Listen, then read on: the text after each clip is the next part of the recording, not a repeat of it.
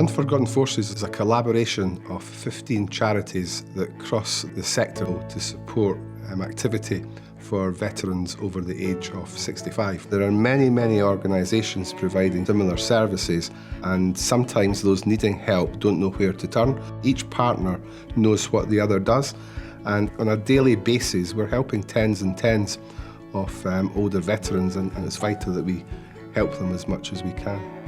My name's Anne. I am the Breakaway Coordinator at Poppyscotland, which is part of the Unforgotten Forces Consortium. I approve and assess breaks for veterans over the age of 65. Mrs Sim's family are all in Kirkcaldy, but she's lived in Cumbernauld for 50-something years, and she's reluctant to move. Her family would like her to move, but she's reluctant to move. I'm Mary Sim, and I'm in my 97th year. I was only 17 when I joined, because my brother, he had been conscripted into the RAF at the start of the war, and I wanted to be in the RAF as well. End of the war, after I was demobbed from the RAF, I met my husband, who was he did 31 years in the army, and I was married in 1947, and my husband died in 1965.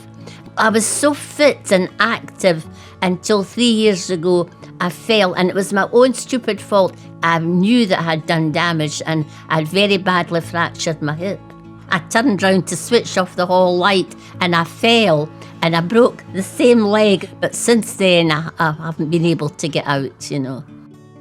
Loneliness is my problem. Most days I never see anybody. I try not to get depressed because I've never been a depressive person, but sometimes it's very difficult. I have a visitor, a befriender comes every second Sunday from the RAF Association, and it was she who told me about Poppyscotland because she thought that I was needing a break. I had a week's holiday and it was just absolutely wonderful just to get away for a break. I just went to Kirkcaldy to a hotel that I knew very well, and oh, it was wonderful, and the staff were so kind and so helpful. Apparently there was 21 relatives came to meet her in Kirkcaldy. She was actually needing a timetable so she could fit them all in. She's such a character. It was just so wonderful, just so good. It's a tailor-made holiday for the people that actually meet the funding criteria. Once we've said, yeah, you can go, it just goes from there, and they're just delighted.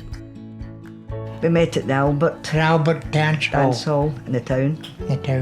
45 years, and then we decided to get married. I was in charge of the armory in Germany. Tell me about what happened then in Germany. Yes, I got half a toe, big toe off my left foot. Can't walk much at all. I've got a scooter and I've got a wheelchair. I had applied for maybe carers allowance and things because I've been looking after Sam like this for nearly 10 years since he took his dementia. I thought maybe it'd been a wee day's trip run, something like that. So it turned out it was for a holiday. Didn't expect to get any of them. Mrs Kelly said they would like to go somewhere that they'd been in their childhood that they could never have went because Mr Kelly was in a wheelchair. So they actually ended up going island hopping. I couldn't fault that at all. Not one thing. Not one. I would say that to Anne when I'd phoned her for the travel agency were great and all. we told them the same. I says, we just couldn't fault anything. They were that good for doing this holiday for us. We felt it was really a good break for us and felt a lot healthier and relaxed when we came back home. It was the best holiday I've ever had, and that was doing to Poppy. And I most thanked them. I phoned, sent them a letter, thanking them very much for sending us on holiday.